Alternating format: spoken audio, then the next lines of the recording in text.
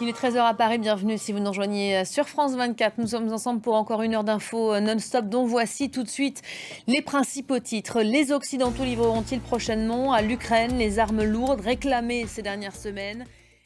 Et direction l'Ukraine pour commencer, où l'on déblaye toujours des gravats de cet immeuble de Dnipro pulvérisé le week-end dernier. Ce jour-là, la frappe russe a fait au moins 40 morts.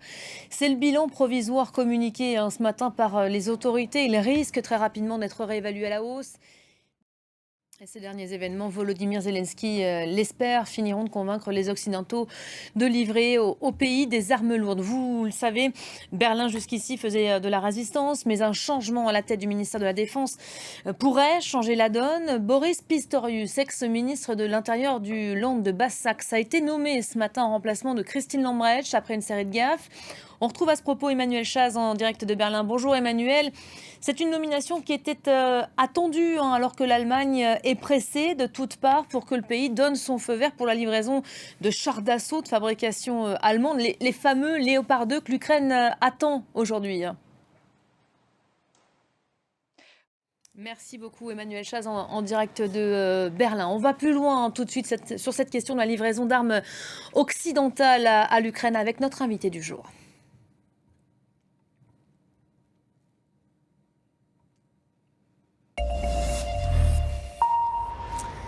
Et c'est le général Patrick Dutartre. Bonjour, général de l'armée de l'air. Merci d'être à nos côtés.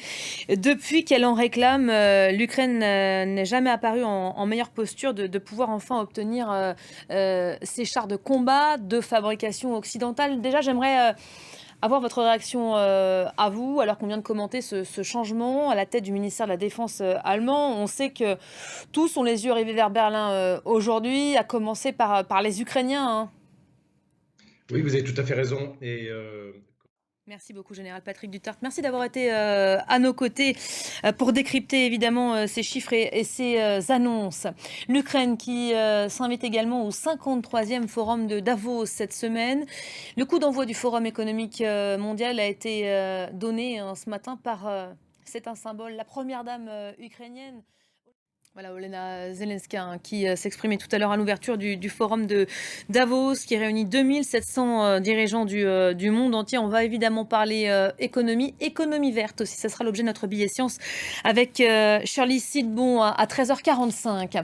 Malgré l'état d'urgence, Lima se prépare à de nouvelles manifestations. Des milliers de contestataires ont pris la route, direction la capitale péruvienne.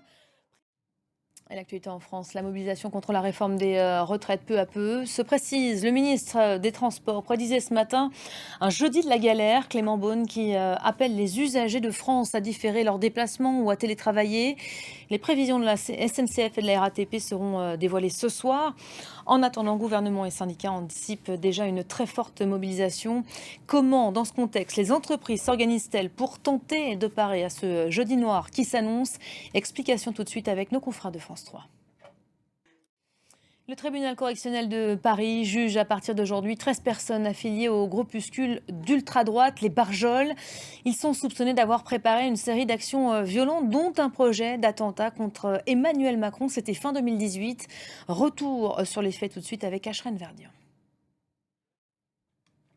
Voilà pour ce procès et ce rappel des faits. On va retrouver tout de suite notre envoyé spécial au tribunal. C'est Karim Akiki. Karim, bonjour. Quels sont au juste les enjeux de ce procès aujourd'hui? Karim Akiki en direct du tribunal. Merci à vous, Karim, pour les précisions. On vous retrouvera un peu plus tard. Fin de cette première partie. Vous restez à nos côtés. On marque une courte pause. On se retrouve dans quelques instants. À tout de suite.